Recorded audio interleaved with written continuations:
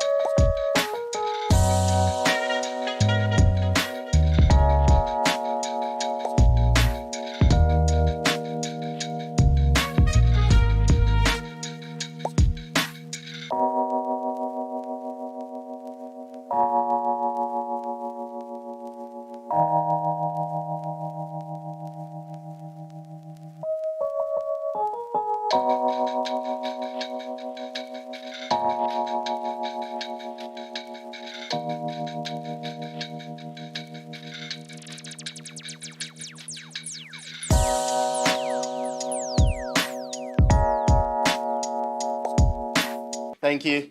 Yeah, hi everyone. It's so cool to see so many people in this room. Like, it's honestly like been so sick. It's only the third in-person meetup since the end of the pandemic, and the engagement's just been getting stronger both here and online, and it's really awesome to see. So yeah, just before we start, just want to introduce myself and the company. So I'm a backend developer at Toyota UK. Somehow found myself hosting React Native London. Not sure how that happened. But yeah, so a bit about Toyota UK. We're a lean product engineering company. We help startup MVPs, scale-ups, and also every now and then some big companies. Of course, we do use React Native as well as all these other technologies you see on the slide. And an even bigger shout out to Pusher for hosting us in these absolutely incredible offices. I mean, this is the dream, isn't it?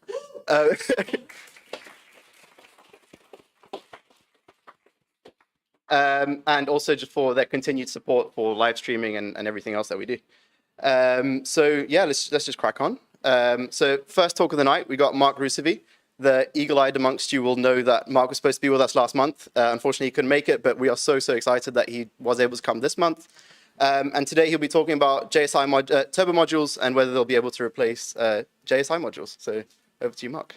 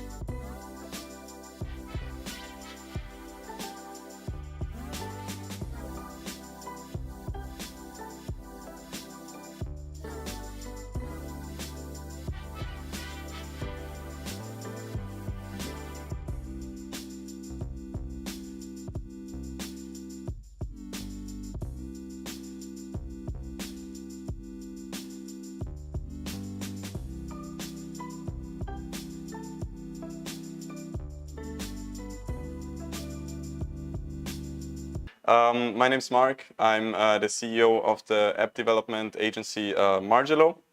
Shout out to all the Margelo guys here. I see all of you. um, I'm excited to be here today to talk about JSI modules.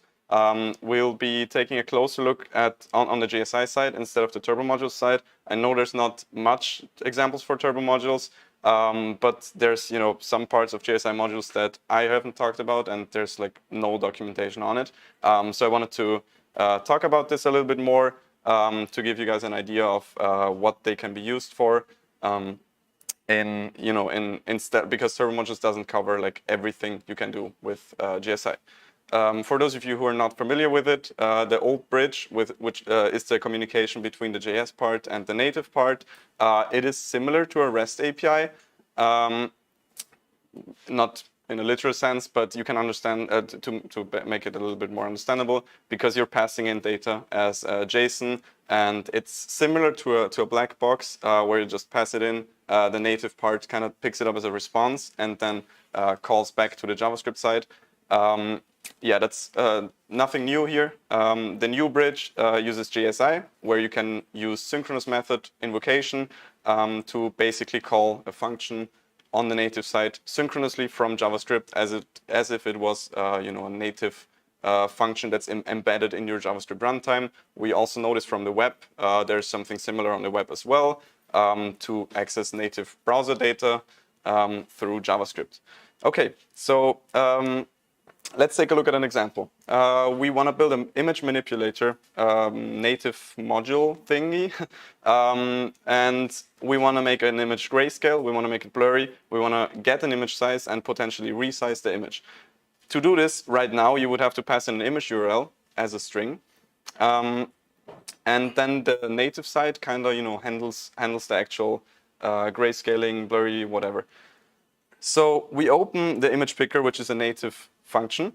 The user picks an image and it returns us an image URL, which is a string. It's a file URL. The image is stored on your local file system. We then want to make the image grayscale. So we pass in the image URL to the native function. The native function is called makeImageGrayscale. And yeah, we await until that's done. Then we do the same for the make blurry. This is, by the way, all pseudocode. So, some of it may not compile on your end. Yeah, so then we get the image size, and if it's larger than 4K, we want to resize it down to be 4K. Let's take a look at how this would, yeah, and we can display it in a view as well. Let's take a look at how this would look in a pseudocode native component. I'm going to use Swift for this because it's more similar to JavaScript than C++. We have some C++ samples later on as well, so don't worry, but let's just try to use it in Swift. We have all of those functions that I just mentioned, and let's try implementing makeImageBlurry. So we load an image. As you know, we need to load the image to the memory, because you can't just make an image blurry by directly writing to the file system. You want to have it loaded in memory, or you need to load it in memory to work on the image. And yeah, that's what we're going to do. So we load the image from the file system. That's an I/O operation, input-output operation. We blur the image, and we write it back to the file system. So some of you may already realize that this is a lot of I/O operations. We're loading the image, we're writing in memory, this step can't be skipped, and then we're saving it back to the file. And if we implement all of the methods, you can see that I'm repeating myself quite often, and it's a lot of I/O operations. So back to the JavaScript side, we can see that by calling, open image picker, make image grayscale, make image blurry, get image size and resize image, and then displaying it in a component, we have 5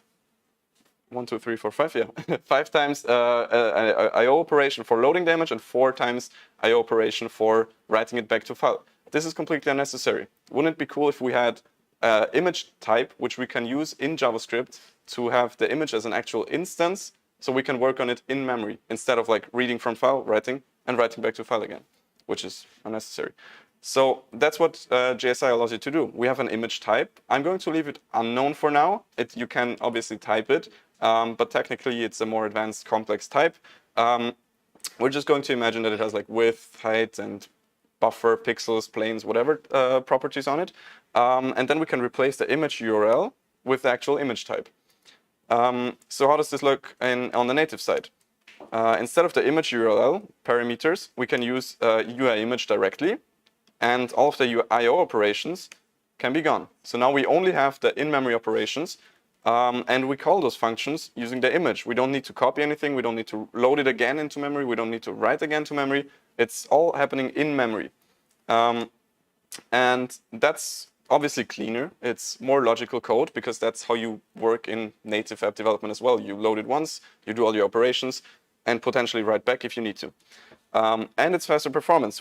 Because we don't need to go back and forth for all of the file I/O. It makes more sense. So let's take a look at another example. We have an audio player. We want to play a song, and I don't know, I think the SoundCloud app has this where there's a waveform representation of the song.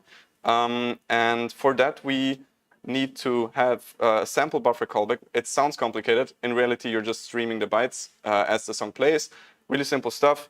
And with the current architecture, you're going to have to pass a string around, a string representation of the buffer. We're hitting the same problem as before. If we think back again, we have to pass strings around and can't really use the native instances, like the actual objects instead. So this is, again, really slow. We can optimize this. Because right now, the calculating loudness stuff and visualize a circle, it's just, for representation, just to make the circle smaller and bigger. By the way, there's an example for this on the Expo repo. I made a PR once where this is kind of implemented. So if you want to actually run this code, it works on Expo. You can check it out later. I think I can provide a link somehow. But let's focus on, the overview here.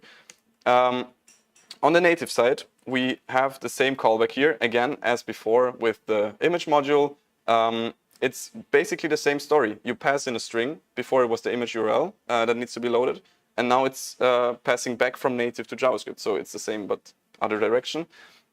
Where we have the actual sample buffer as a byte array on the native side, just as we had the image on the native side, we need to marshal it to an actual string so it can be passed over the bridge. That's, not fast enough, and it's not very logical. So instead, what if we could pass the byte array directly over the bridge, just like how we could pass the image directly over the bridge? That's another example here where you can pass the buffer directly. In this case, this is an actual array buffer. So it's not a byte array, it's a JSI : array buffer that's being passed over the bridge. And if we take a look at the JS side now, instead of having a string buffer that we need to convert to an array buffer for us to actually operate on it, we can now directly accept the array buffer. In this case, it's a uint8 array. If you're familiar with array types, there's different types for all of the numbers you can store. So yeah, again, this is just a second example on this. You don't need to understand the whole code.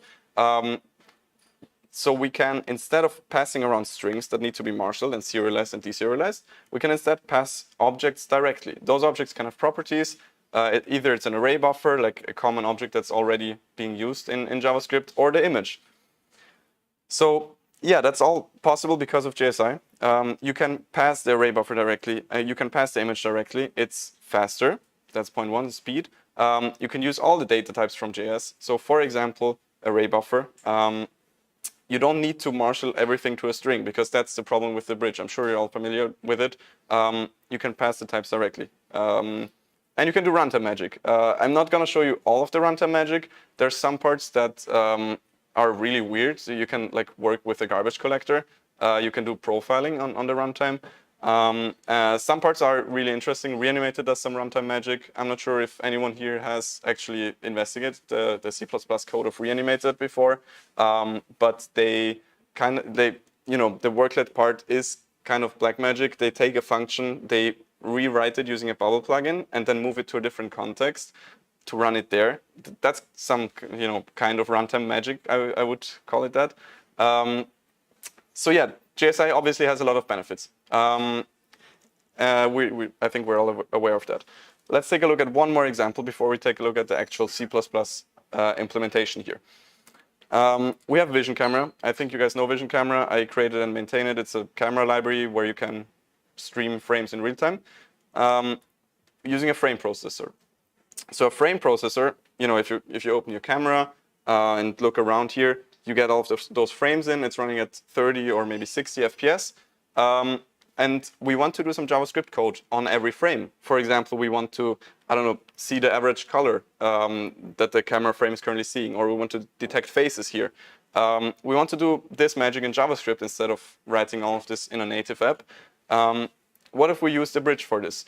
Well, it wouldn't be fast enough. Imagine if you were using a modern iPhone, well, I don't know what's the latest version, 13. The camera is streaming 4K frames at 30 up to 60 FPS. If you're streaming 4K frames, that's 10 megabytes per frame. And if you want to pass 10 megabytes of data, if you want to serialize 10 megabytes of data into, JSON array buffer,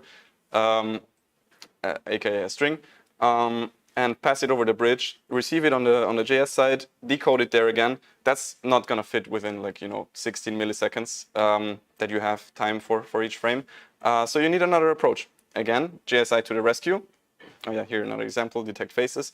JSI to the rescue. We can take an actual camera frame and pass it from native to JavaScript.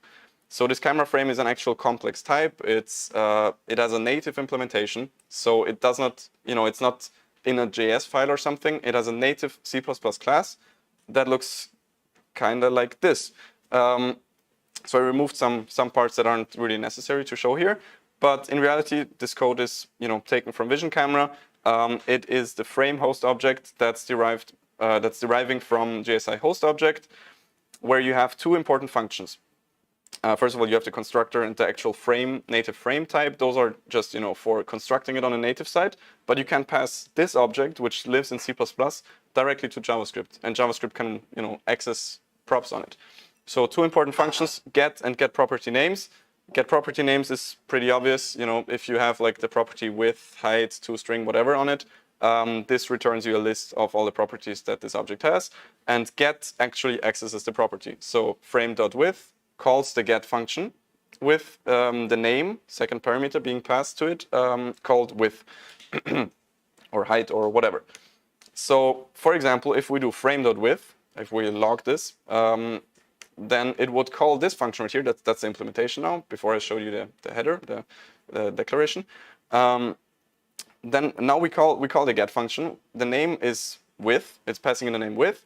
And we write our native code just like we used to. So this is getting the CV pixel buffer width for the actual pixel buffer. You don't need to understand it. It's not complicated, but it's just a native implementation of getting a frame buffer's width. And then we just return that to JavaScript. So really simple stuff. You can read this value in JavaScript. It's a normal double. It's synchronous, as you probably already noticed. You're accessing it just like any other JavaScript property on any other object, but it has a native implementation. So yeah, we can pass this object, which contains a 10 megabyte frame, directly over the bridge, run some code on it, like console.log frame.width, and then get to the next frame. And this can actually run at 240 FPS plus, depending on how fast your code is, because there's no copying involved. There's simple object construction, but the frame itself is not being copied. It's not being serialized. Nothing. It's just being passed directly to JavaScript. So this takes, I think, 1 millisecond or something on an iPhone 11 Pro in debug mode to pass it around, which is fast enough. If we want to run it at 60 FPS, it's 16 milliseconds. Yeah, edge data, I guess. So yeah, we just know we know that we can pass instances or complex objects around from JS to native. We can also do the same by creating an instance from JavaScript, and the implementation itself is happening in C++. For example, I'm not sure if you guys are familiar. MMKV is a storage library. I created React Native MMKV, which wraps the actual MMKV library, and you can set keys. Values. It's a simple storage library. not much to it. Now, how is it implemented? How can I create a new MMKV instance, which is actually a host object? Well, it's pretty simple. We have a class that just kind of wraps this to provide types with a constructor, and in the constructor we're creating the actual native instance. I'm using this is a little bit hacky. This is where JSI modules are a little bit hacky because you're injecting stuff into the global namespace. So, if you create a JSI module, or if you take a look at React Native mmkv, it's creating the function mmkv create new instance on the native side and injects it in your global runtime. This is, again, a little bit hacky. That's why TurboModules are to the rescue. They have some, collision prevention and all of those kinds of things. So in general, yeah, I'm coming to the conclusion later. Let's take a look at the mmkv create new instance function. Oh, okay, sorry. Actually, let's take a look at the mmkv host object first, because this is the object that's actually being stored in the native instance. So as we see above, private native instance, this is actually a native class, as similar to the frame host object. This has the same implementation. We've seen this code before. It's a host object with get and get property names. And yeah, we can create this using, this is just boilerplate code. I always copy this. It's the same for every native function. You can just create a new instance of the host object, as I do here, using the normal constructor, the constructor that you write yourself, and then just return it as a JSI object. And that's it. We inject the function to the global namespace, as I said before, and now we can just call this a native instance is actually holding the host object. So yeah, that's how we create instances or host objects from the JavaScript side. Very easy stuff. We can now use this native instance to set or get the data, like the mmkv implementation. So set, I don't know, username or whatever. We can now wrap this in our mmkv class, which is on JavaScript, but actually call the native implementation. So when we call the native implementation, it, again, nothing new here, calls the get function with the prop name being set or get. Again, the boilerplate code here for the host functions.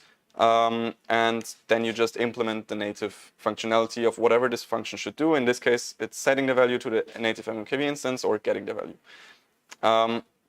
This is the same exact thing as on the frame host object, where you can get the width or set anything, I guess. So to use this on JavaScript, we again create a new mmkv instance. We use set the name to Marc, get the name and log the name, and it logs Marc. So very basic stuff, but it's actually implemented in C++. You can do lots of powerful stuff with this. You can you don't need to serialize anything anymore. You can pass everything directly. You can use host objects, and the native objects can be exposed to JS directly. So this is really useful for these libraries. Just as an example, there's many more libraries that are making use of this. Big Number is another library we created. It allows you to store big number instances. I'm sure you're familiar with bn.js or other JS implementations of big number. They often store the numbers in strings. So big number in general, it's storing big numbers. For example, if a double doesn't hold the number or isn't big enough, 60, then a big number is just storing virtually infinite numbers.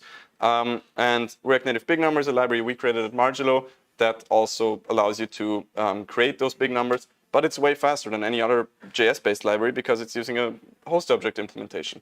I think we've benchmarked it to be around 30 times faster. I have to check again before I talk bullshit on camera. Yeah, reanimated obviously as well, with the UI worklets, but we've talked about that. We've seen React Native mmkv and Vision Camera as well, and JSI Images proof of concept implementation that I created on GitHub. You can check it out. Basically to pass in UI images and pass them around. So yeah, the problem here is TurboModules don't have an API to create host objects yet. You can use TurboModules, or you can write TurboModules today, and your TurboModule itself is one host object. But you can't pass a host object like an image or an mmkv instance or a big number or a frame from Vision Camera to one of your native functions. There's just no API for it as of today. So in this case, mmkv, I can't rewrite mmkv to TurboModules, or not very easily, because I simply can't create the host object using a TurboModule. In this case, I needed to use JSI directly. Same for Vision Camera, same for JSI Image, same for Big Number, and same for Reanimated. So in general, we just covered edge cases. Those aren't really, things that you need to do on a day-to-day basis or in a normal React Native app. Those are really, really rare edge cases. You probably won't need to use JSI directly at all. There will be turbo modules or you might need to write some turbo modules at some point. They're really simple. The API is in Java or in Objective-C, or I think you might be able to use Swift as well. So it's really simple stuff. Turbo modules allow you to, kind of like wrap JSI without all of the weird JSI stuff. But you probably won't need to use JSI directly, unless you're trying to do this weird edge case thing and have a similar library, maybe a library that's faster than React Native MMKV. I doubt it. Yeah, so if you don't need to pass those custom native types around, use turbo modules. You can pass strings, you can pass numbers, booleans, objects, arrays, all of it to turbo modules. Yeah, simple stuff. And if you really do need to pass custom native types around, if you really need to, I don't know, do lots of image manipulation, and you need to do it today or like right now, then you might need to use JSI modules unless you really want, or the trade-off of performance is not a big issue for you, because again, the file reading and writing might be, slow depending on how often you actually call this. For example, I don't know, on Instagram, assuming you would put the sticker on there and actually write it to file every time, that would probably be too slow if you move a sticker around or whatever. So yeah, this is just the state today. In the future, turbo modules might support creating host object types. I know that TensorFlow Lite from Facebook needs this. They are, by the way, if you haven't checked it out, it's really cool. It allows you to run, TensorFlow models on React Native or using React Native, and you can run, for example, inference directly on a camera. And yeah, that's one case where they need to, pass the images around and need JSI host objects for turbo modules. And I'm sure they're going to work on it and integrate this into turbo modules. I don't have any official confirmation of that. That's just what I'm thinking. But yeah, so that's the state of it. And a pro tip from me, keep an eye on Expo Suite API. It's an API that's very similar on both platforms, iOS and Android. You can write simple JSI modules or Expo modules using Swift and Kotlin. It's a very similar API on both platforms, and they definitely have support for host objects planned soon. But you need to use Expo as a dependency for your projects. This would be obviously really cool because then you can pass the native types around. And yeah, I guess there needs to be some sort of standard for libraries that provide a type, like low battery, okay, like UI images, for example. Yeah. Thanks for listening. I'm sorry if this was a little bit too fast. I think we're on a tight schedule here with three speakers today. Follow me on Twitter, on GitHub, on LinkedIn, on Club Penguin, whatever. Follow Margelo, my agency, and contact us for consulting, app development, performance audits, whatever. Thanks, everyone, and see you guys later in the pub.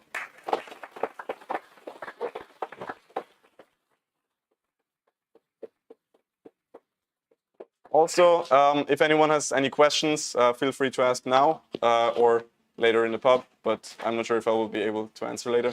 Yes, David. Yeah, is there any cost to localization with JSI? And how is it possible that it's compatible with both Hermes and JSC, and will it be compatible with, say, V8 in the future? I'm not sure this is working. Yeah. So the last question was, how is it possible that JSI is compatible with all the runtimes? JSI itself is a wrapper that uses the runtime, or calls the native runtime functions internally. So there's like a JSI wrapper for Hermes. There's a JSI wrapper for JSC, and there also is a JSI wrapper or implementation, I would rather say, for V8. So if you call, for example, JSI object create new object, then this calls, depending on which runtime you're running on, the actual native implementation. So I don't know, make Hermes object. I don't know the Hermes source code. Yeah, so there's implementation for all of the runtimes. And what was the first question again? Sorry. Serialization. Yeah. Yeah, so JSI obviously has an additional cost on top of, instead of, if you were to use JSC or Hermes directly, but it's very minimal. So it's, the best that you could have. And there's no serialization itself going on. It's just a JSI call from JavaScript to JSI and then down to whichever runtime you're working on. It's a very minimal cost and no serialization. Serialization is on the bridge. Any other questions? Cool. Yeah, I had one from people at Theodo actually. So like you've done a lot of open source work between yourself individually and also Modulo. Yeah. How did you get into that? And do you have any tips for people that are wanting to get into it? So a lot of people ask me how to get into open source. I have a lot of people asking me that on Twitter, and I always give the same answer. You don't really force yourself getting into open source or trying to contribute to a library. The way I got into open source is by just creating a library that didn't exist yet. I started with, I think, React Native Googling nearby messages, whatever, and then React Native blur hash. There just wasn't a library for it, so I just created it, or the library was outdated, so I created a new library, and kind of just tweaked my workflow from day to day. And because I created my own libraries, I understood like the point of a library maintainer, which made it really, really easy for me to contribute to other libraries because you understand their situation, and open source, isn't easy, but it's definitely doable. It's something I did it in my free time. Yeah. Thank you. Any more questions from the audience?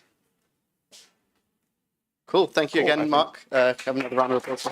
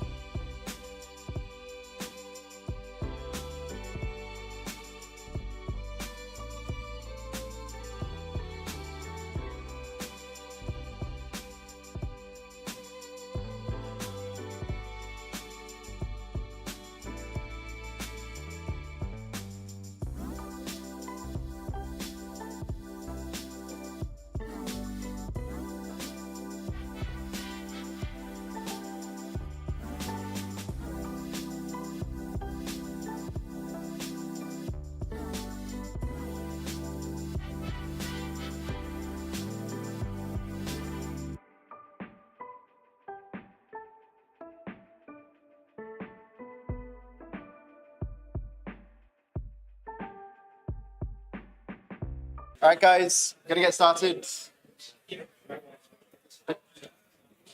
Sorry, guys. So for our second talk tonight, we have Vytautas from Hyundai software developer, and he'll be talking to us about tips and tricks for animations in React Native. Take it away. Let's give him a round of applause. Thank you.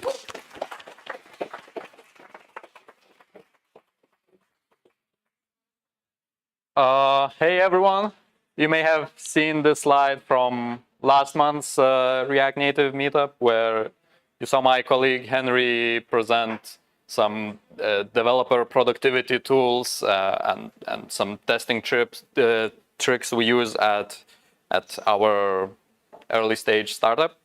I'm Vytautas.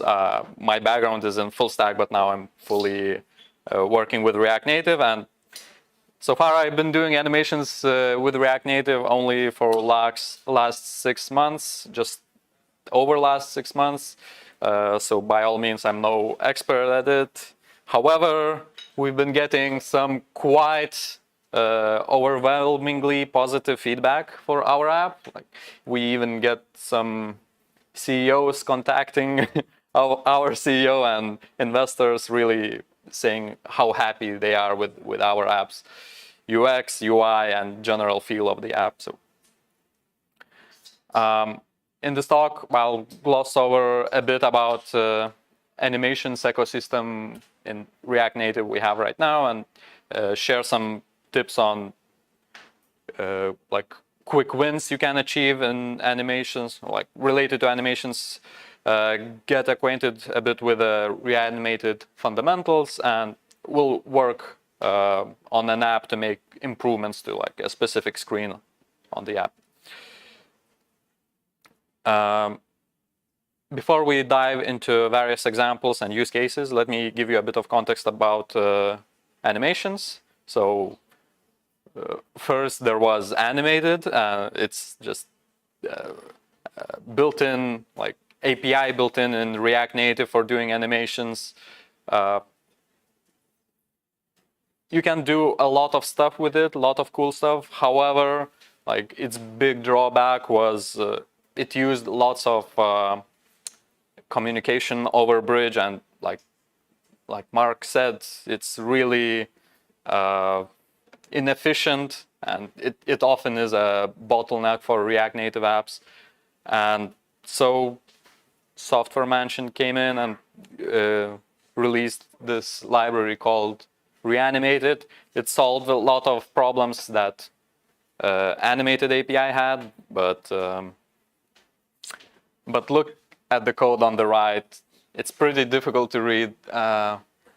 Of course, it's difficult for you. It's hard to see it, but like there's lots of these kind of low-level commands, logical expressions, mathematical functions, and like it's kind of like a programming language inside programming language. And if you're not fluent with Reanimated, it's difficult just to read code and reason about it. But so they released Reanimated version 2, and they are quite the pioneers, I have to say. The most important difference in the whole concept between Reanimated 1 and 2 is introduction of worklets. Worklet spawns a secondary JavaScript context on UI thread, and it's able to basically run JavaScript methods. So essentially, it's kind of like multi-threading in React Native. So I'm not gonna dive deep into worklets today. But I feel like it deserves maybe a separate talk from some volunteers in the future. Like, I'd be interested in some interesting use cases besides running animations. So this JavaScript context on the UI thread now allows me to write all our animations code in JavaScript. Like amazing. That means all my painful issues are solved. And on top of that, it's 2022, so its API comes with a neat hooks API as well. So yeah,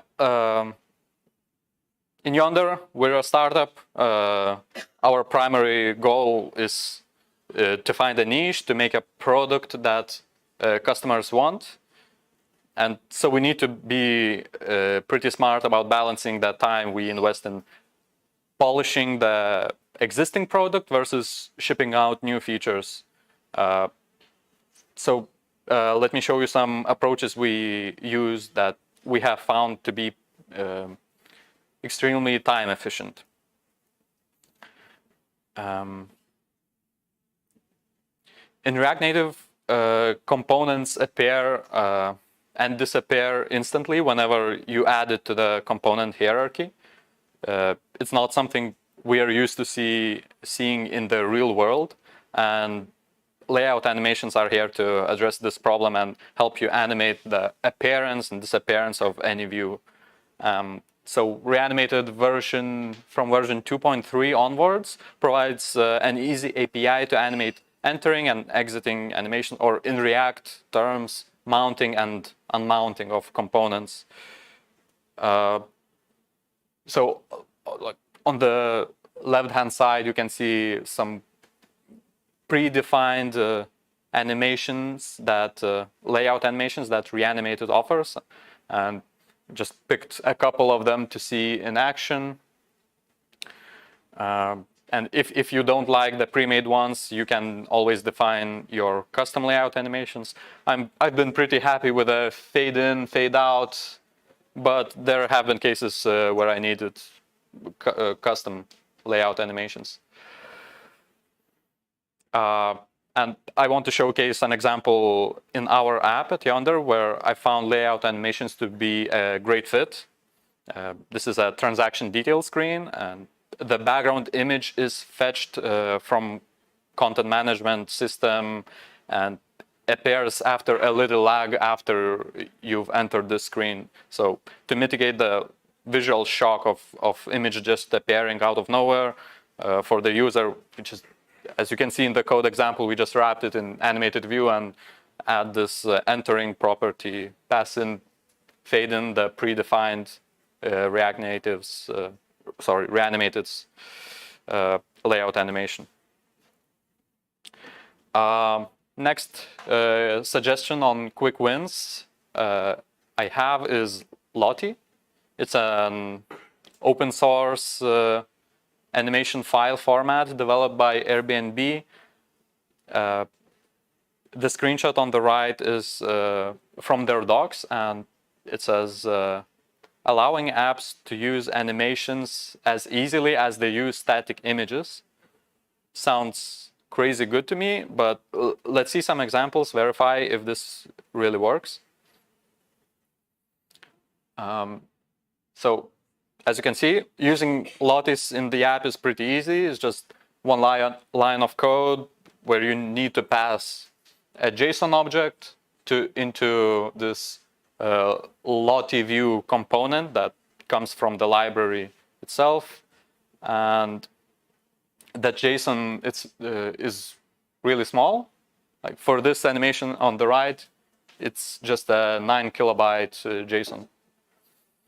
And just to have a look at some other examples of Lotties we have in our app. Building these with Reanimated 2 would be, a bit quite consuming. So, just drop in a JSON is quite a neat, quick solution. And I guess really important thing to note is JSON format of the file means we can place it in a content management system and serve it remotely. So it does not even have to be inside the app bundle. So essentially it does work like static images, just as the docs claim. Now that we've covered quick wins, we can improve. We can improve our app. Let's start by diving into what we can do with the regular usage of Reanimated 2. So firstly, just from their API, I guess the first thing you will notice is that they have this shared value, which is a shared memory between UI and JS threads. In code example, you can see initiating a new shared value through use shared value hook and JavaScript making changes to it. Next thing on the list, we have use derived value. Derived value just changes in response to a shared value dependency. So in this example, if shared value SV were to change, the variable derived updates accordingly. So let's work together on this example here. Example is after attending a local experience, like we allow our users to choose either earn or redeem. So earn means they would earn more points on their particular transaction, or they can redeem the experience to just get it for free. So yeah, this is so far very basic non-interactive screen. We just use the bottom sheet component, and let's work on it to make it look nicer. So I'm interested in running some animations based on the bottom sheet scroll value. The bottom sheet luckily exposes an animated value of the distance between the top of the screen and the bottom sheet kind of handle, like the top of the bottom sheet. So code-wise, I'm just creating a shared value and passing it into the bottom sheet component, and bottom sheet component updates the shared value for me. But the whole concept of the animated position being from the top of the screen, it's kind of difficult for me to wrap my head around. So I want to create this scroll value where I'll have the offset from the initial starting point of the bottom sheet and how far it can go up. So I've created this derived value using the animated position, did some pretty basic maths, just subtraction, and dropped in a console log, and yeah, you can see we have the scroll value, basically the offset from the initial position. So all right, now that we have the scroll offset, scroll value, what shall we do with it? So to make the screen feel a bit more natural, let's create a parallax effect where we simulate a few layers on top of each other, which scroll at different speeds. So in this example, I could see like 3 sort of layers that could scroll at different speeds. So yeah, at the very front, we can see the bottom sheet, and then the second layer would be the text, and the last layer in the very back is the background image.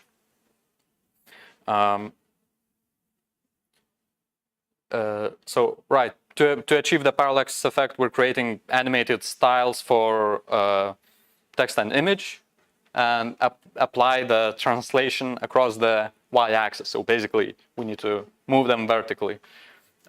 Text translating like just at the 1/5 of the speed of bottom sheet, like you can see like multiplying by times 0.2, so 1/5 of the speed, and the image itself by the 1/10 of the speed. Just keeping the numbers really low so my text doesn't go off screen. I still want to see my text, right? All right, let's see how it looks.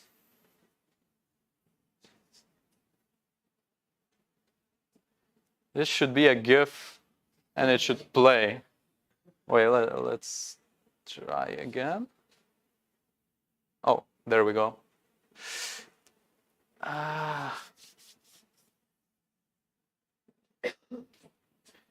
Let me try to refresh the page.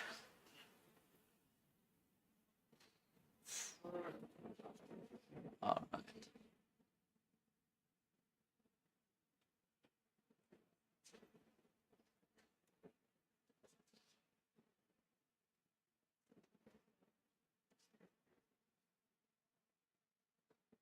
There we go.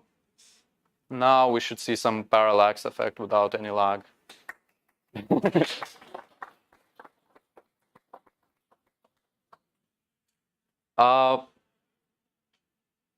So yeah, next up, let's consider handling some updates from using the handling in the bottom slider. here you can see I'm just simulating the state changes to the loading and to the success state through set timers, just for the sake of simplicity. We're sliding the handle to the right, meaning we choose to earn points, and that means our transaction becomes a regular transaction. And let's just see how it happens. So it's all not animated, so it's really abrupt. It just appears out of nowhere.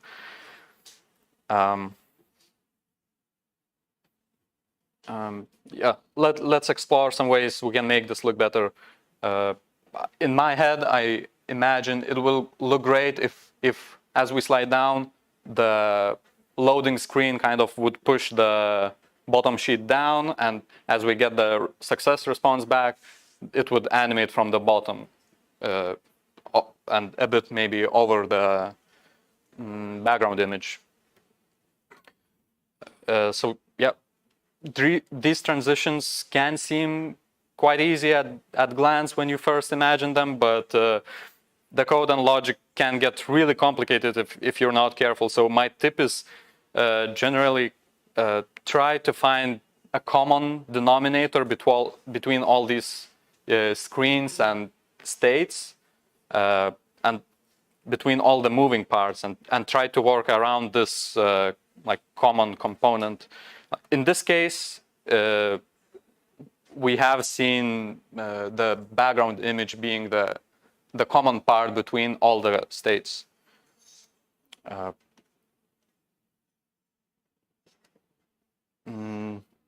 So here in the code, you will see the background height is now a shared value, and we just added some state handling with a good old React use effect. So when the state goes into loading, background height animates to full window. Let's see that. And when the state goes into success, we're retrieving the background image height from the regular transaction component we have and just pass it as a constant in here. To change the value, you'll notice we're using with timing, and yeah, so far it's just a linear animation.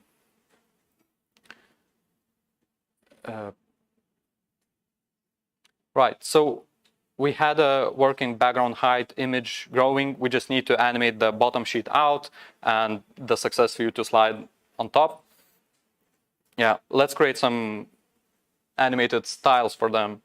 We're creating two styles, the bottom sheet wrapper position and success view position.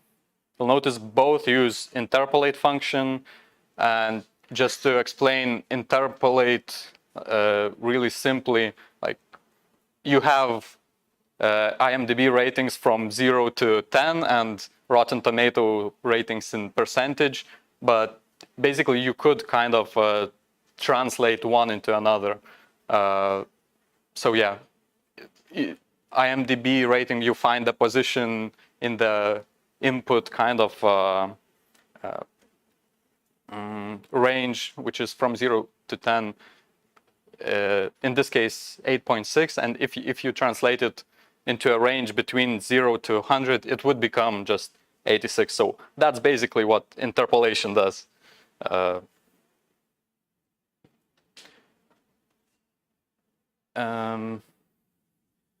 So in our case, when the background height is the initial height, the bottom sheet translation across y-axis is 0, and when the background height is equal to the window size, the bottom sheet is pushed down vertically to the size of itself. For the success view, similarly, when the background height reaches the small size, we see the success screen. We want slightly upwards and slide over the background. Like, I'm now quite happy with this transition, but I think we can still make it look a bit more professional. So here, let's talk about ease and curves. So far we've been using the linear ease, and yeah, just to explain it as humans, we're accustomed to non-linear motion. So we probably want to go ahead and upgrade it to using ease in and out kind of easing curve. And quick tip for Figma users, you can find this animation metadata by going into prototype, clicking on an arrow between some screens, and you will be presented like delays, duration, and even the easing curves, this sort of value of the curve itself. So what do? We just copy it and add it in our with timing function, just passing it an easing property. Simple as that.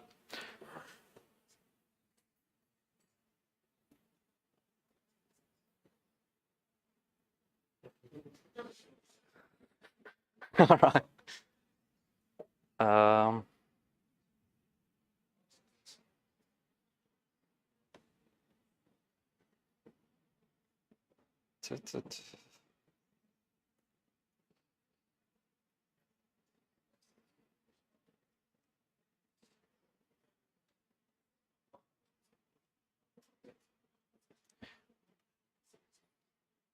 Nice. So you should see now some acceleration of the component moving and deceleration. And when the other moves in, it doesn't just pop out, it accelerates and decelerates.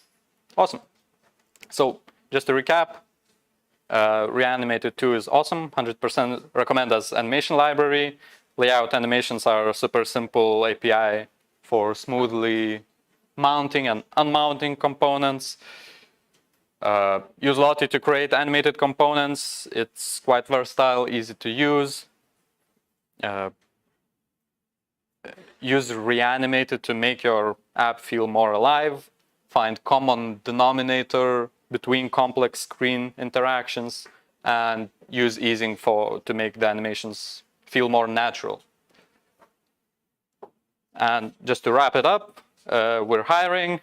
If you're interested in building this kind of high quality, certainly with lots of animations, apps, or something that customers love and you'll be proud of, contact me or find me later today.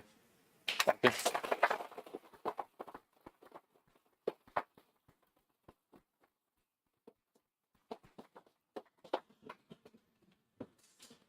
Are there any questions from? Yep.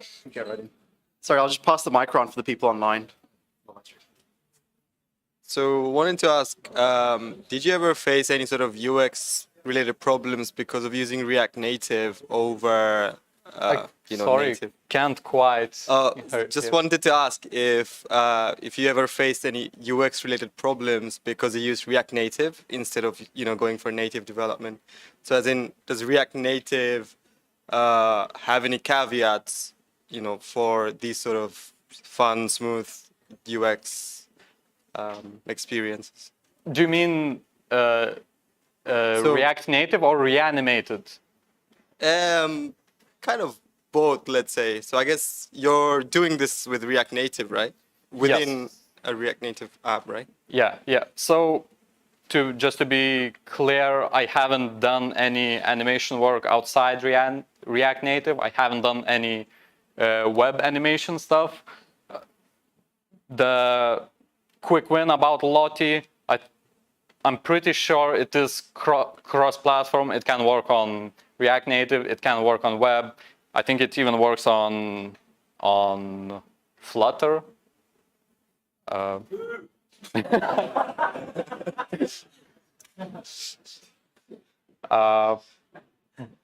yeah, I think so. With Lottie, you will not run into any problems. As far as I know, with the Reanimated, you can.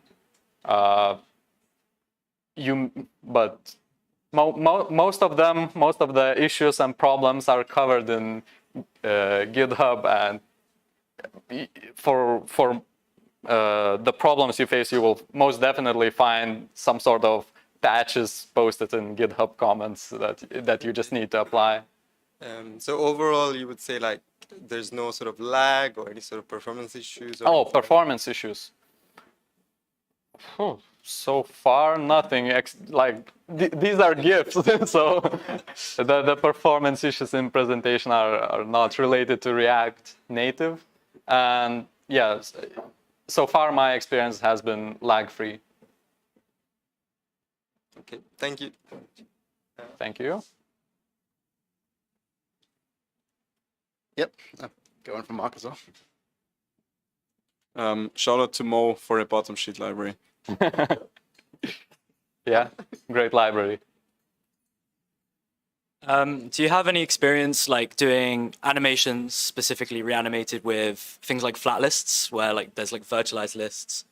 For example, I was trying to make a Spotify clone in terms of like the song queue and like drag and drop through like a flat list with reanimated. I had a lot of problems.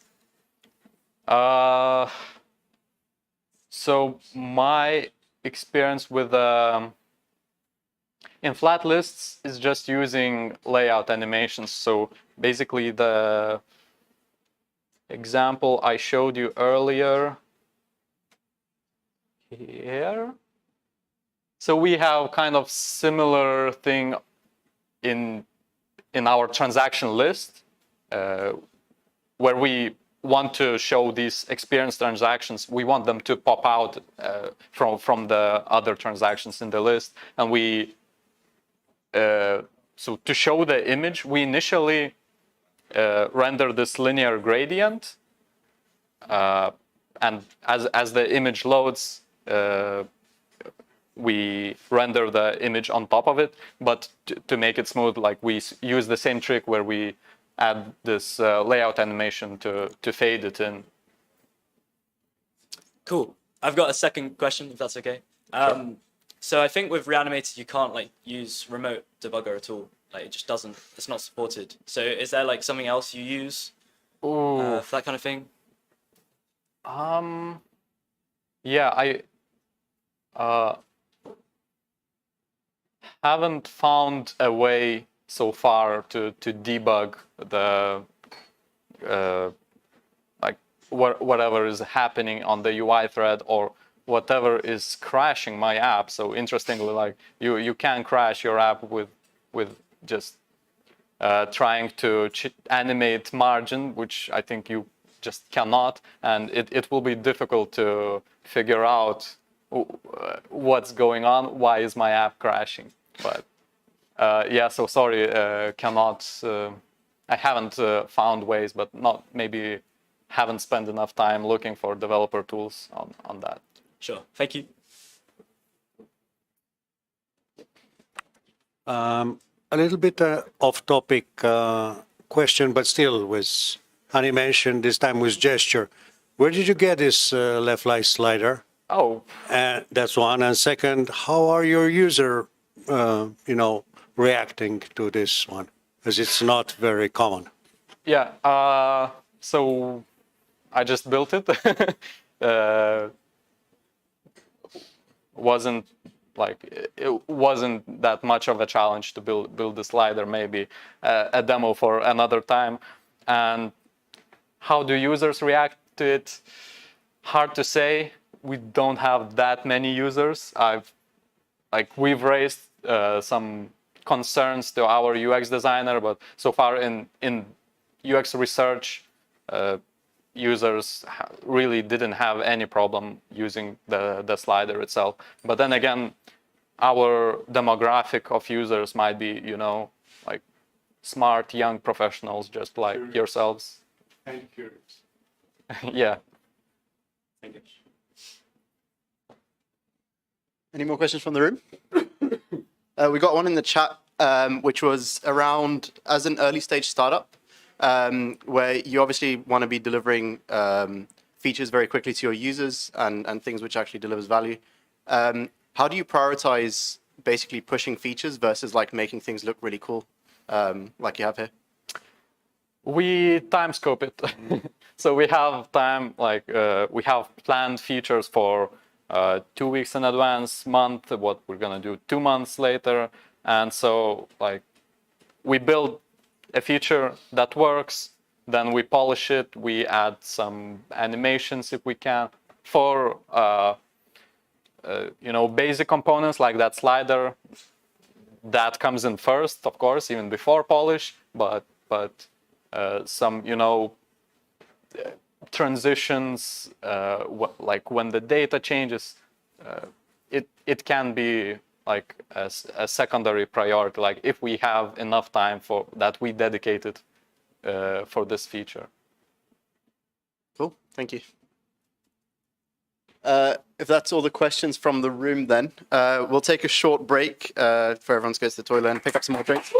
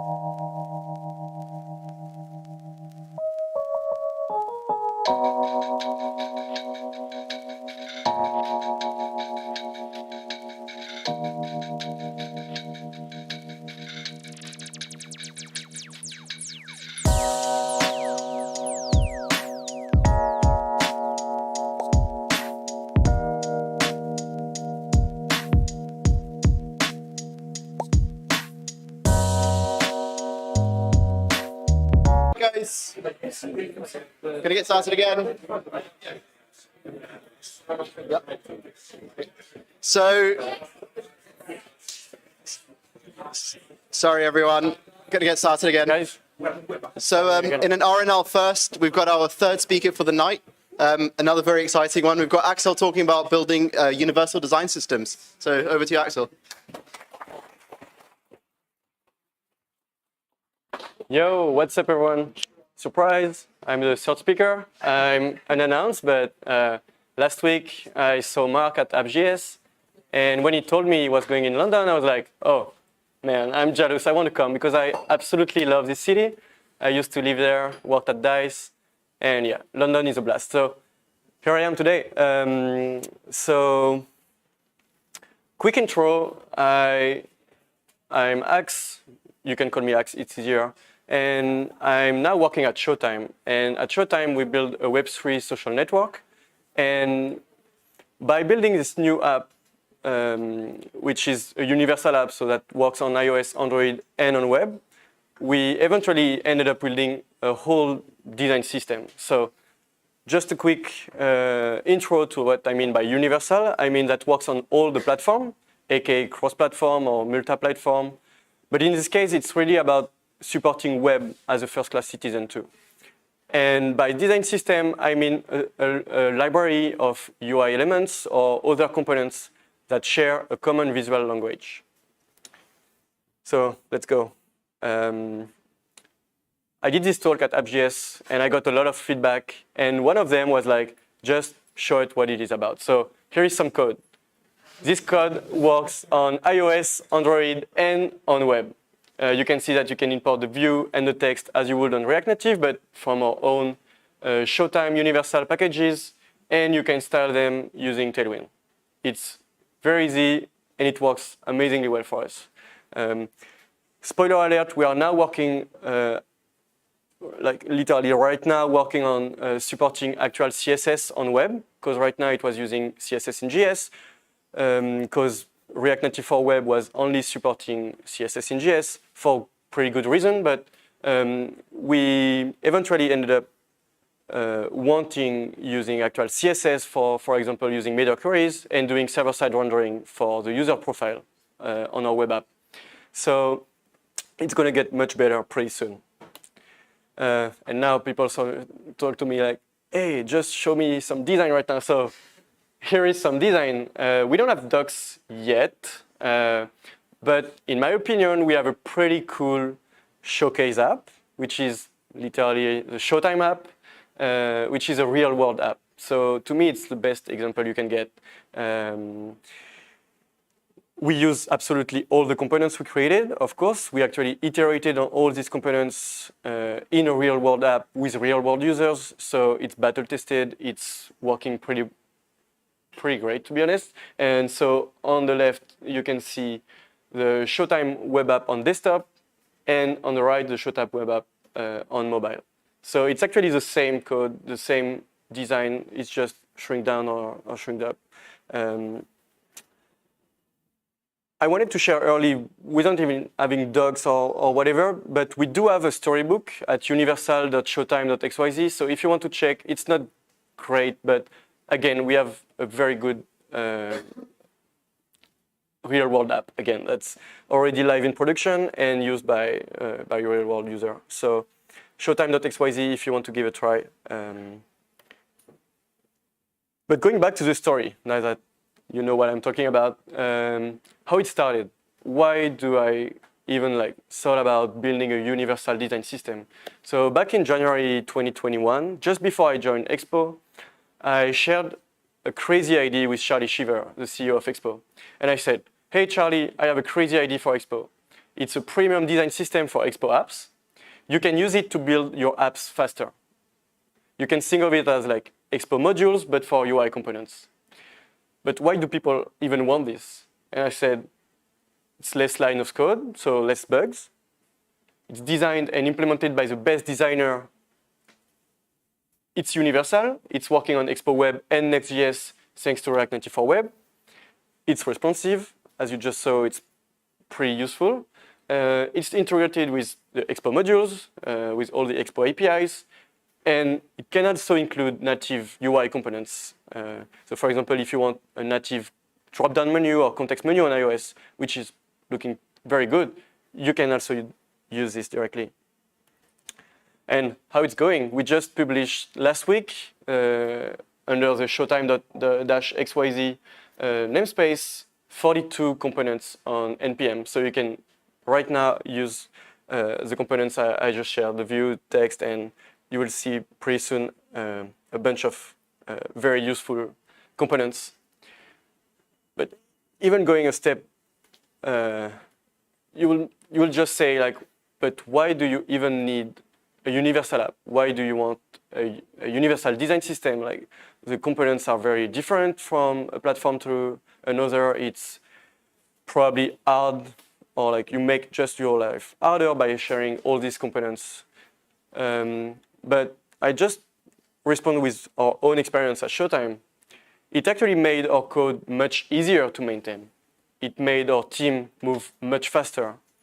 And it also forced us to create a very good app. And what I mean by very good app is that you need to think about all your components in a way that works on all the platforms, that actually respect the platform differences, and also all the screen sizes. So if you have an app that works really well on mobile, how does it work on a tablet, and how does it work on responsive?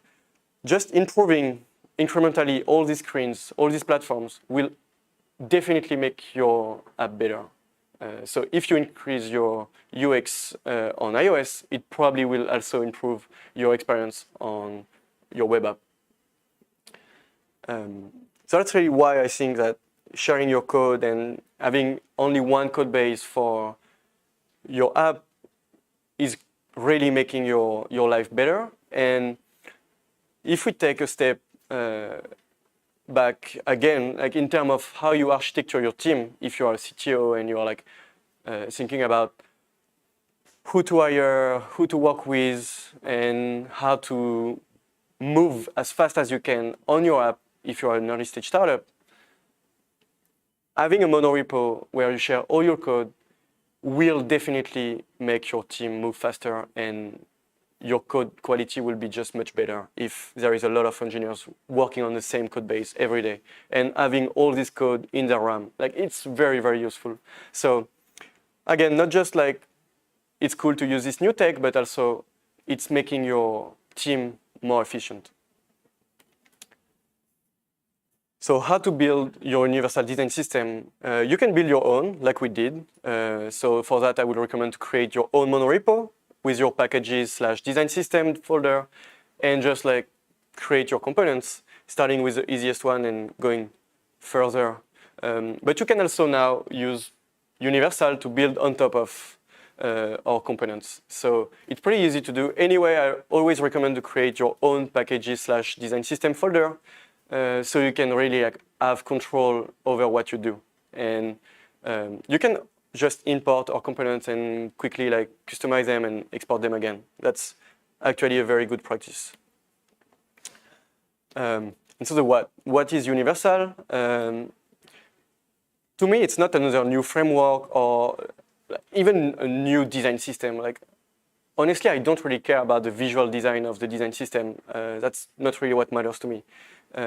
So you can think of Universal as a meta framework. We don't reinvent the wheel, we just use what is best. So on web, we use Next.js. On React Native, we use Expo. We use Reanimated and Motif for animations. Like, we don't want to reinvent the wheel, we just use what's best. And we make it work together as a nice UI and UX experience.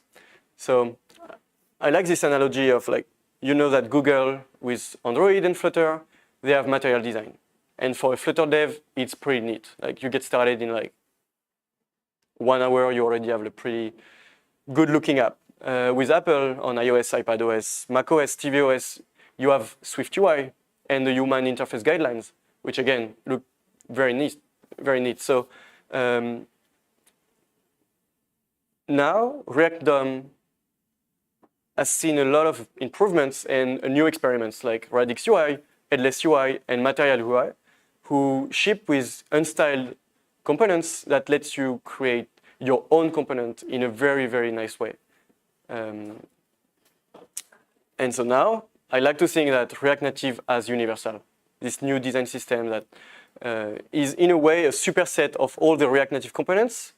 But to me, in the end, it will be just React. Like, it's a part of React Native, but even if you just use React DOM, you will benefit from actually using this kind of component and having this nice abstraction over some of the components you actually use. So it's merely what React and React Native should be when they are used together. So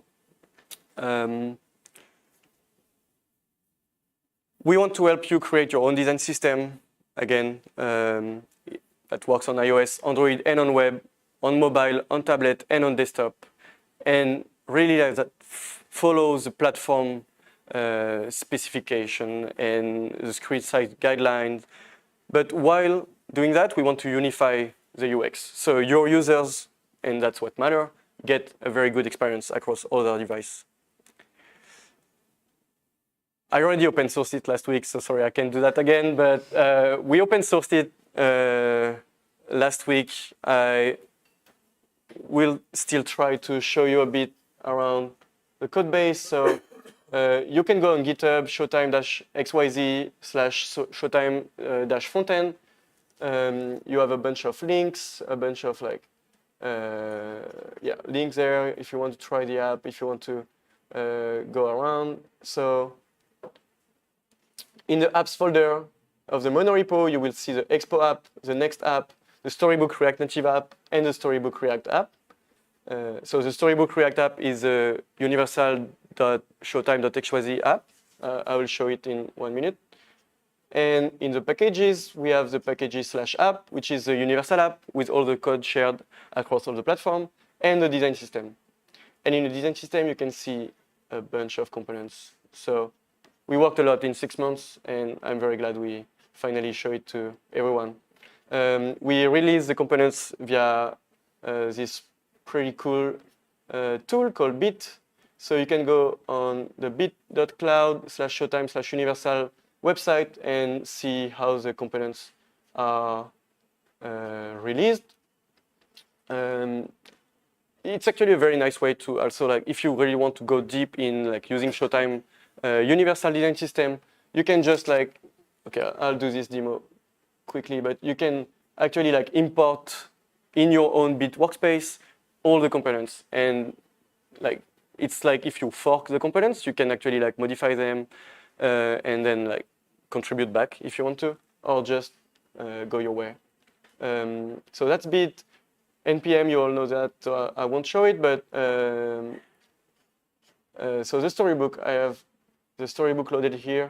You can see that's the accordion, we have the alert component, we have the bottom sheet.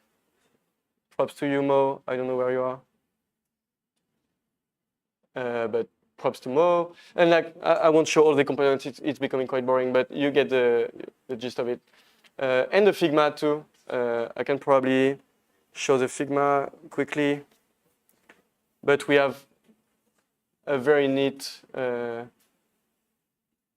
Figma too with all the components. So for now, it's very tied to our own visual design. It's obviously our own design system, but in the future, I want us to move away from this visual design, and I want it to be very nice and easy to customize for anyone who wants to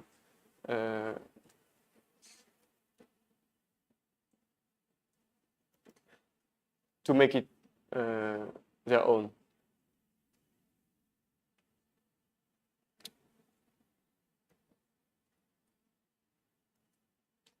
Sorry, one sec.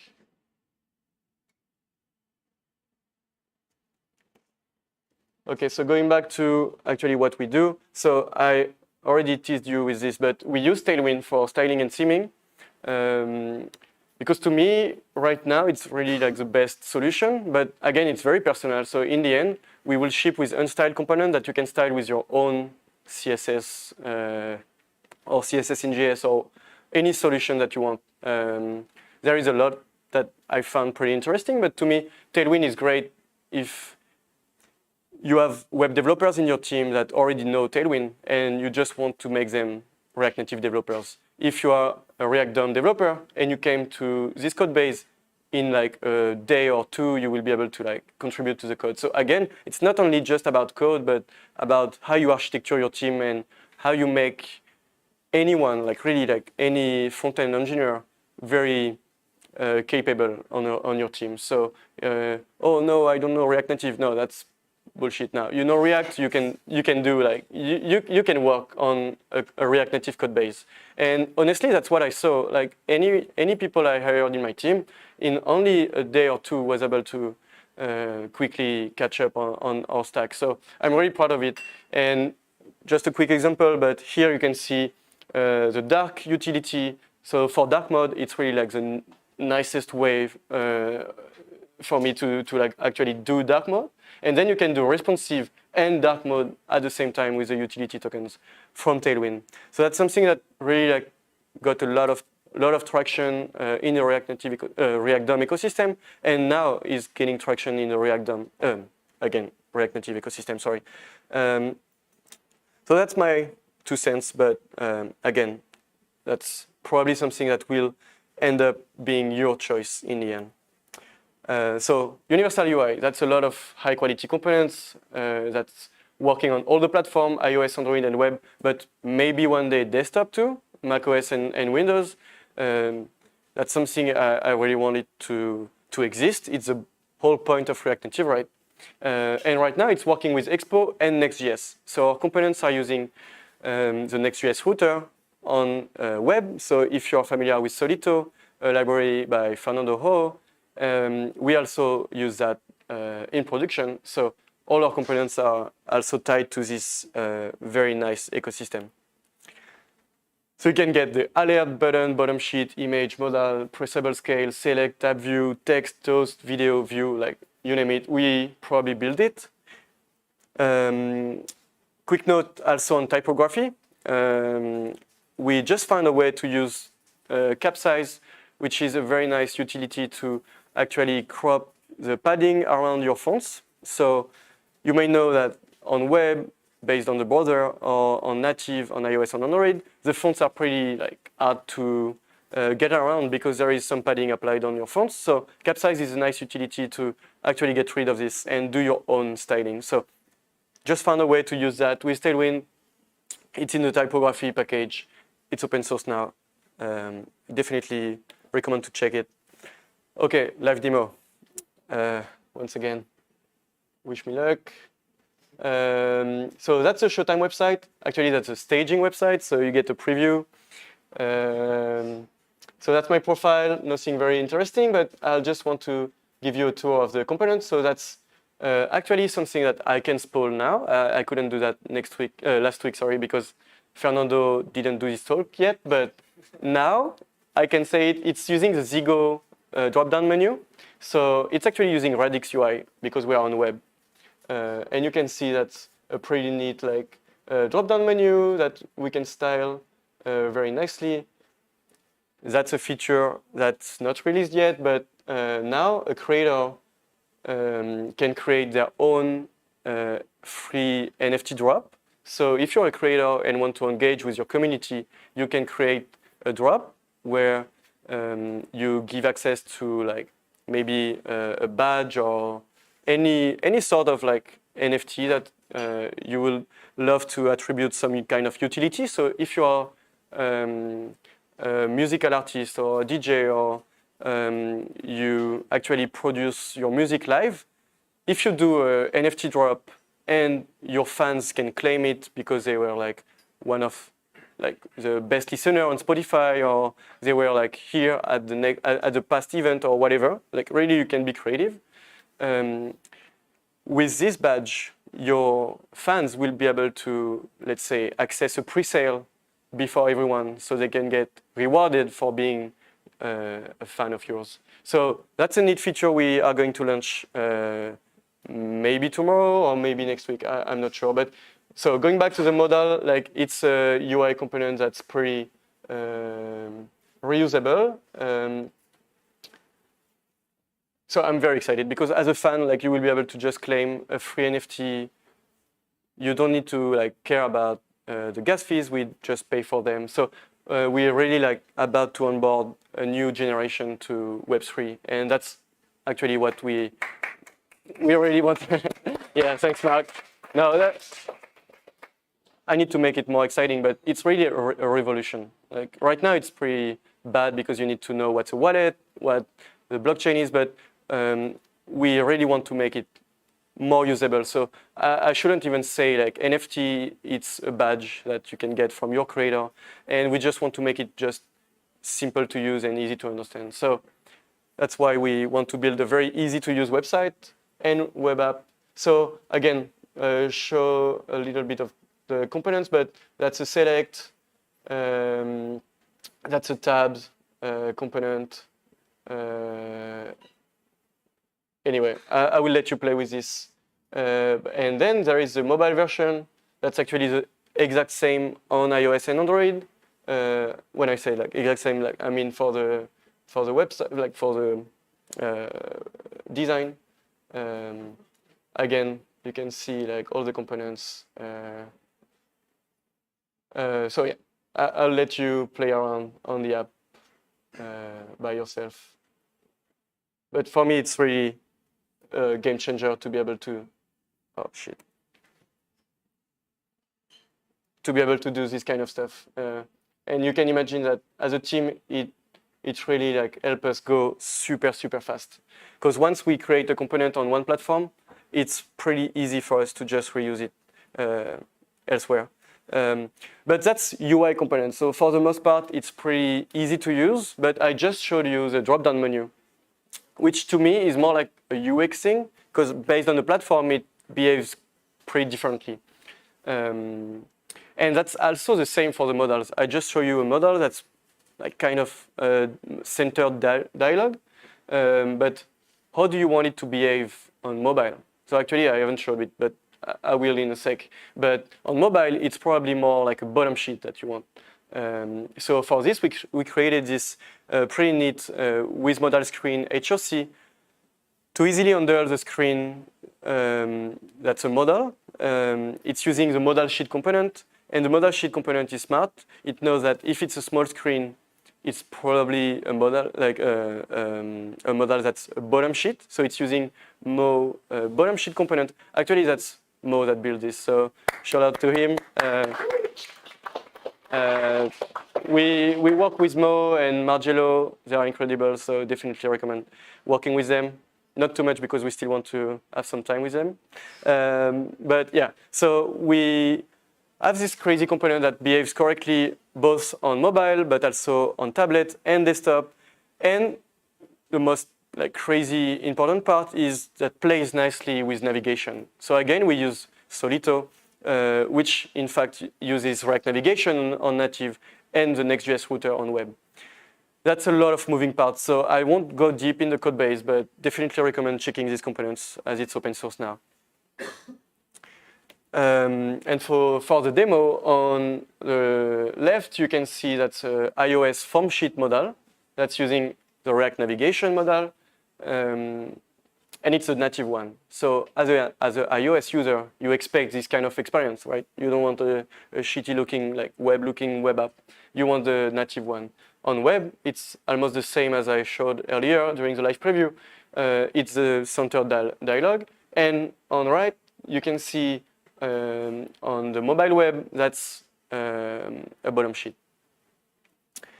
So that's all that Universal is about. It's abstracting away all the complexities and making it great for your users.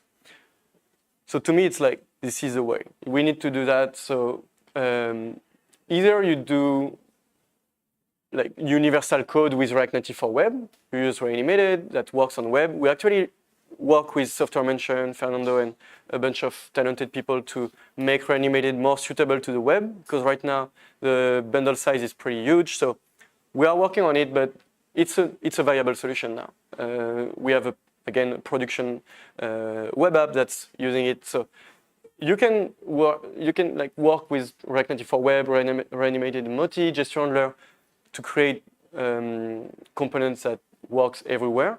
But sometimes you really want to use a component for web specifically, for iOS specifically, or for Android specifically. And sometimes it's really dependent on the platform, so you don't want to import unused code in your bundle. Like, just want the feeling of the native experience. So I showed you the drop-down menu.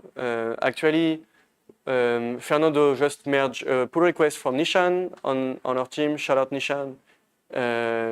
He just created this Android native menu for Zigo. So it's 0.4.0 if you want to check it out. But now it's using the exact same structure I'm going to explain. So on web, you use React DOM module because sometimes there is amazing modules that already like exist for a while now, and that's like battle tested, bulletproof. So you can use Radix UI packages or Headless UI. The select I just showed you on the live demo was from Headless UI. So it's crazy good. It's used by a lot of apps. So on web, for some components, you just want to use that.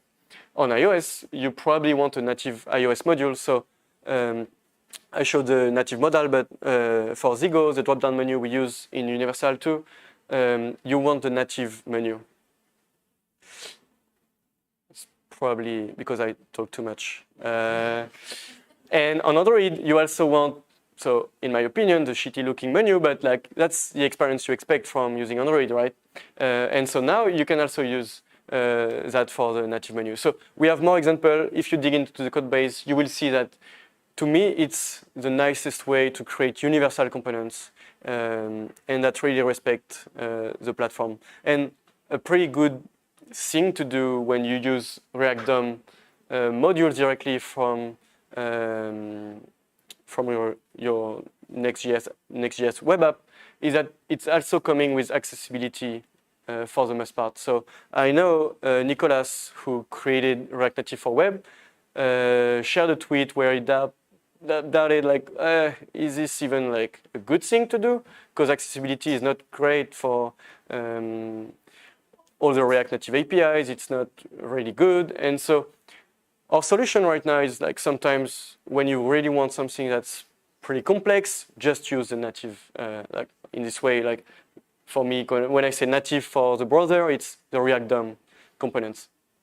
So anyway, that's something I find really interesting, and you don't want to end up using the if platform.os blah, blah, blah in your code. So that's something you can end up doing a lot with this first approach. Sometimes it's great, sometimes it's not. So you just want to like create separate files, and that's a better way to do it. And actually, if you find yourself creating these conditions, if platform, blah, blah, blah, that's probably an abstraction that needs to be handled by your design system. So when you use Universal or your own design system, you probably create this abstraction layer that's a very good thing. So as the end user, being the developer who creates an app, you don't really care about this logic of checking if the code will run correctly on this platform or this platform.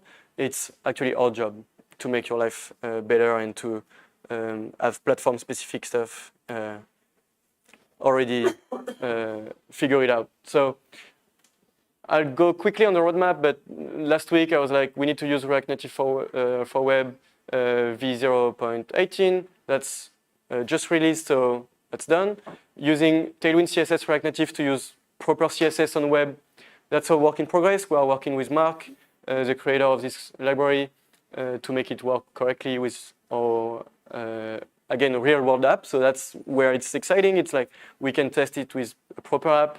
Then we want to make it work seamlessly in like your apps.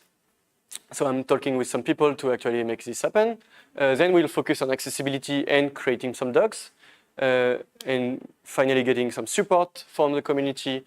And the V2 will be all about styling, shipping with unstyled version of the components. So that's really the end game of our library. It's to create a Radix-like experience for developers. I'll go back to this in a sec. And then getting support from big players. So that could be Expo, Software Mention, but also like big companies like Microsoft, Facebook, and others. We really think that there is a very nice opportunity for us as a community to create a very good design system that's not opinionated on design, again, but on good APIs and good defaults. So that's where I was going with the vision. It seems counterintuitive, but to me, the design system that will win, like the best design system, the design system that you want to use, it won't include any visual design. It's not about like how nice your buttons are looking or whatever, like it doesn't really care. It's not only about the visual design. Design could also be about the UX design. So the model I just showed you, how does it behave on different size of screens? How does it behave on the different platforms? That's what I call the UX design, of course. And also the API design. As an end user, being a developer, you want to use the simplest, the nicest APIs. So that's something also that we need to figure out as an ecosystem. And that's what I call the whole design system. So it's not just about the visual design. I'll just wrap up pretty quickly, but the contributors that makes this project happen today, of course, myself, but also Nishan. Again, huge shout out to Nishan. He's been an amazing contributor. Mo, through Margello, again, huge shout out. And Alan and Enes, who joined the Showtime team 2 months ago now. They have been incredibly helpful too. So again, very nice job, guys. If you want to become a contributor, just send me a message on Twitter, GitHub, whatever. Find me at the pub. You you will be able to claim a badge on Showtime to give you access to cool stuff like early previews, merch, future events like React Paris.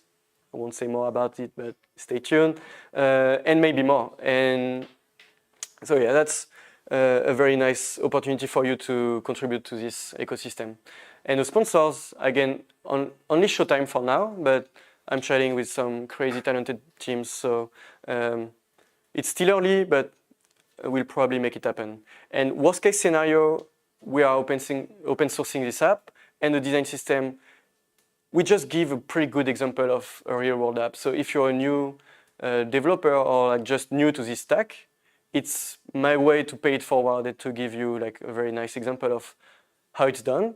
And the best case scenario, we create a standard for React Universal Apps and people start to sponsor the project and make it sustainable. So yeah, that's all. Thanks everyone for...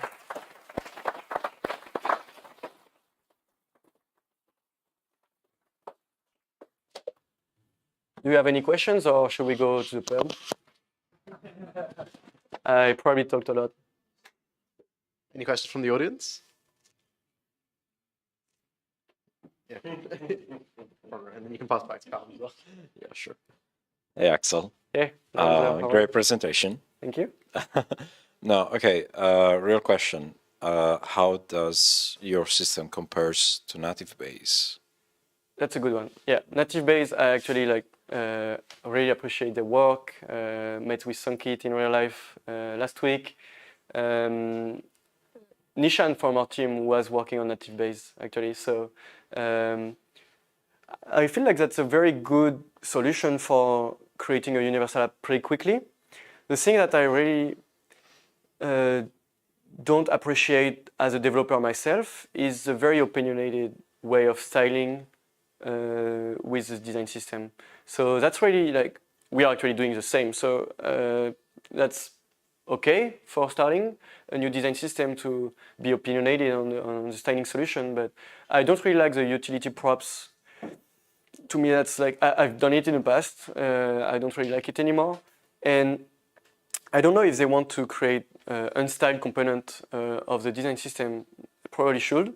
But yeah, to me, that's the only difference right now. And also, like, we use this in production with a real world app, so it's probably helpful too. But native base is used by a lot of companies, and now everyone who wants to start a universal app, the default choice is native base. So I really appreciate the work on all they did. And also, I quickly mentioned the accessibility part, but they do a lot of groundbreaking work there. So again, huge respect. But to me, that's where I want to go. Again, you probably understand it from listening to me now, but the vision will be to create unstyled components and just good and easy to use APIs, whereas native base will probably still focused on creating visual designs that's work for creating an app very quickly.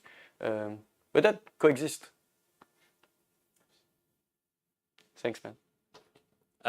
First of all, thank you for the talk. It was great. When it comes to Showtime, what's your testing strategy? Feel like you've got the mobile apps, you've got the web apps. How do you test in terms of? Yeah, it's a mess. Okay, so huge. Okay, I need to check if I have a referral code now, but huge, really huge shout out to QA Wolf. We started to use QA Wolf in the past months, and they use Playwright. So it's like the nicest solution to actually write automated tests, automated end-to-end tests in a browser. It's like Cypress, but better from Microsoft. Seems like everyone is starting to use that now.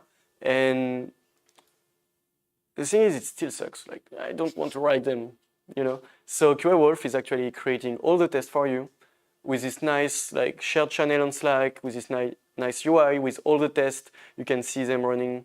You can get some pretty nice bug report from their amazing team of QA engineers. We just set up a linear integration, so now when I have a bug report, it's also on linear, and I can quickly like see if it's something I want to like prioritize. So that's for the web part. The good thing is if I someday want to stop using QA-Wolf, I can just ask them nicely to give me all the tests they wrote, so like the actual code, and also like all of the like script and all the code base they actually created to automate and to facilitate the creation of the test is open source. Everything is open source. And so if someday I just decide to like do this in-house, I can get all my, no, not Cypress, but Playwright test myself. So that's amazing. And for the native part, we are just getting started, but we decided to use Waldo, which is also an end-to-end testing solution. But now I need to, and my team too, need to write the tests themselves. But it's not with code, it's a drag and drop editor, like you can just like, click around and automate your test with a, honestly, like very nice looking UI. But then, like, again, I probably just need to like test not as much as we do on web, because again, that's a pretty nice perks from having a universal app, but testing your web app is probably a very good proxy for what's already working in your native app, right? So that's why we are going to test extensively on web, not so much on native, but still like the very important flow. So yeah, using Waldo, but I'll need to create the test, take the very nice list of all the test cases we got already working on web, and do that on native too. But yeah, that's why we do have some like end-to-end tests, but I started to use Detox and it was pretty hard to get around. So that's why I'm like throwing a lot of money to these crazy companies, but it's worth it. Like I prefer to focus on the design system and stuff that matters than like actually creating a test suite that's very hard to get right. So yeah, QA-Wolf, Waldo. Thank you. Waldo. WALDO. Waldo.com. It's a llama, the logo. It's pretty funny. Is there any other question?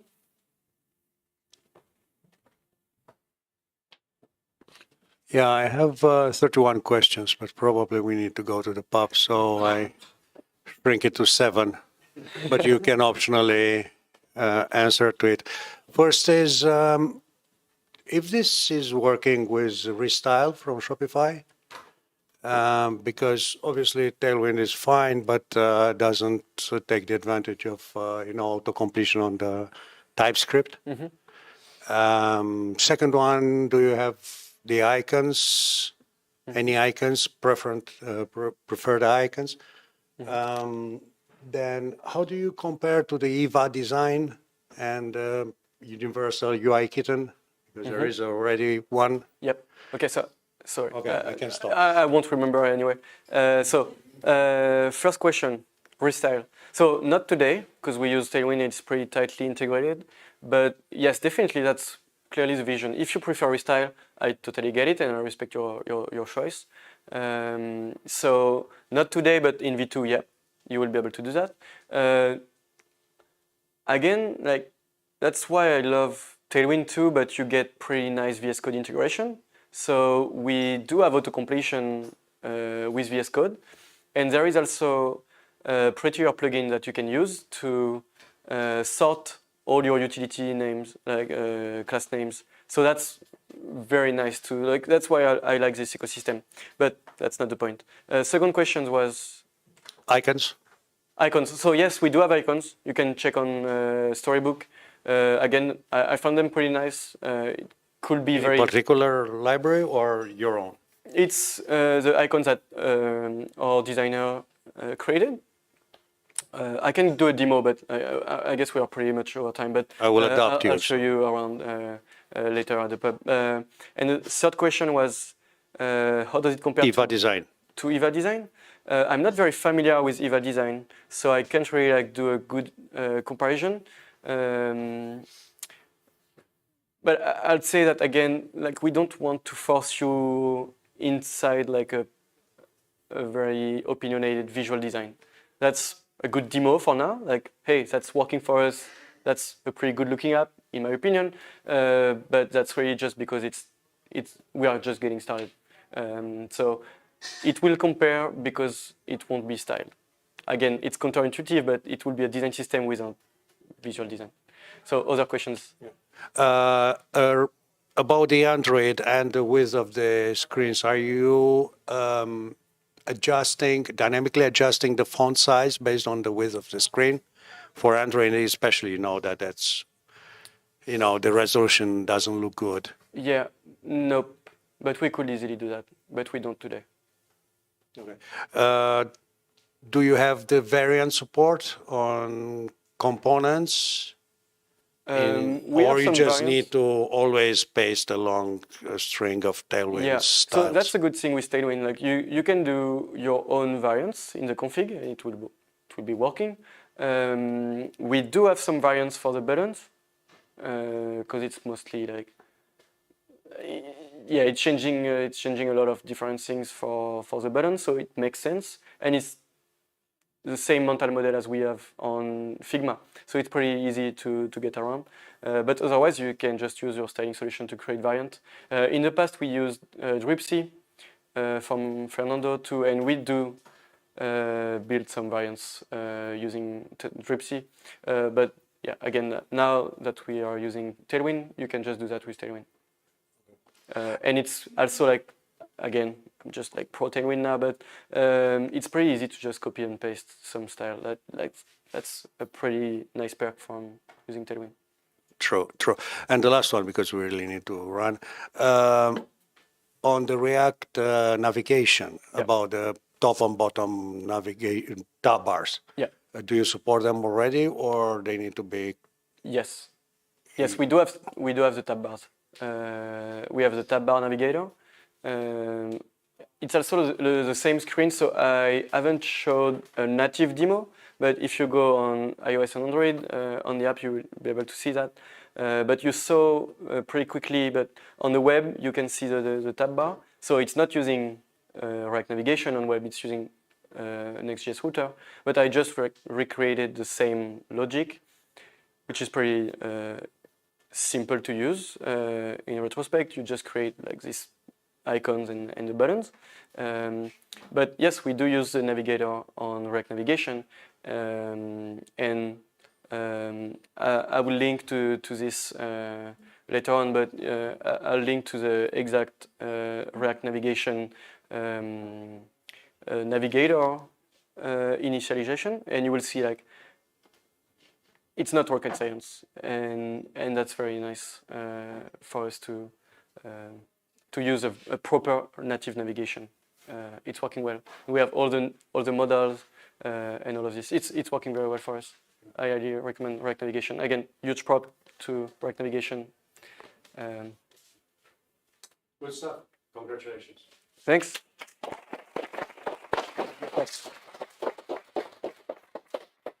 Thank you, Axel. Hey.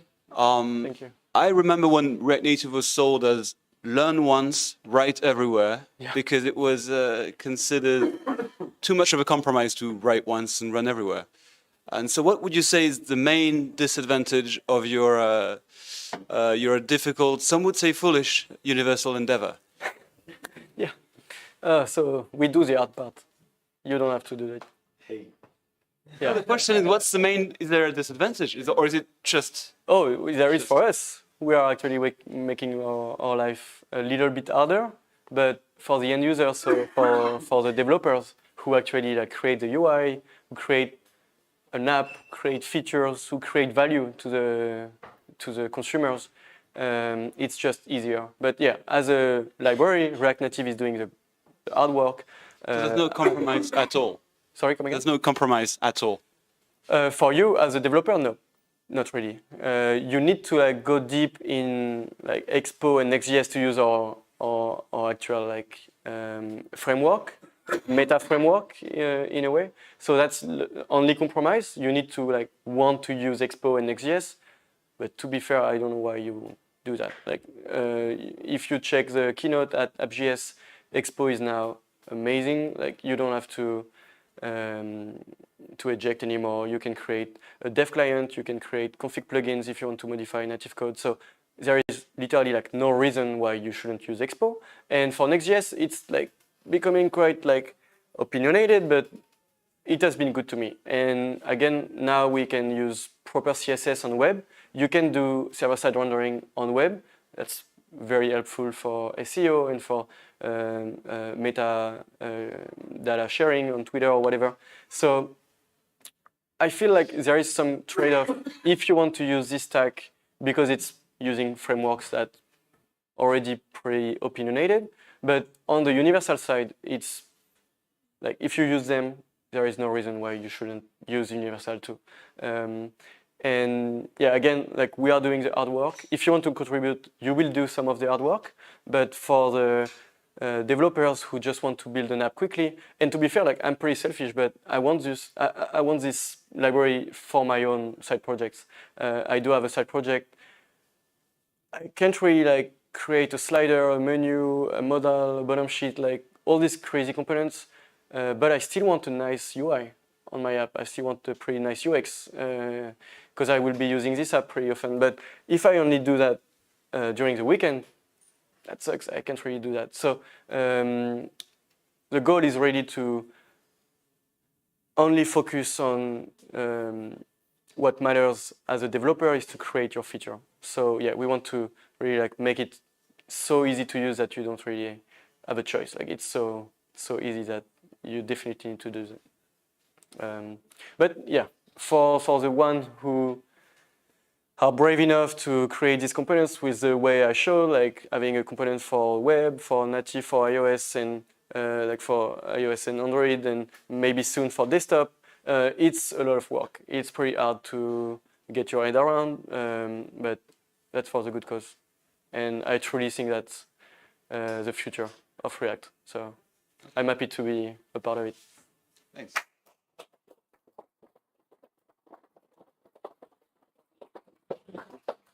Thanks again, Axel. Really interesting talk.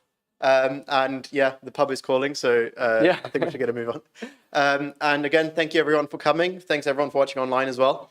I hope you enjoyed it. And also, we'll be back in July, so do come along. Thank you.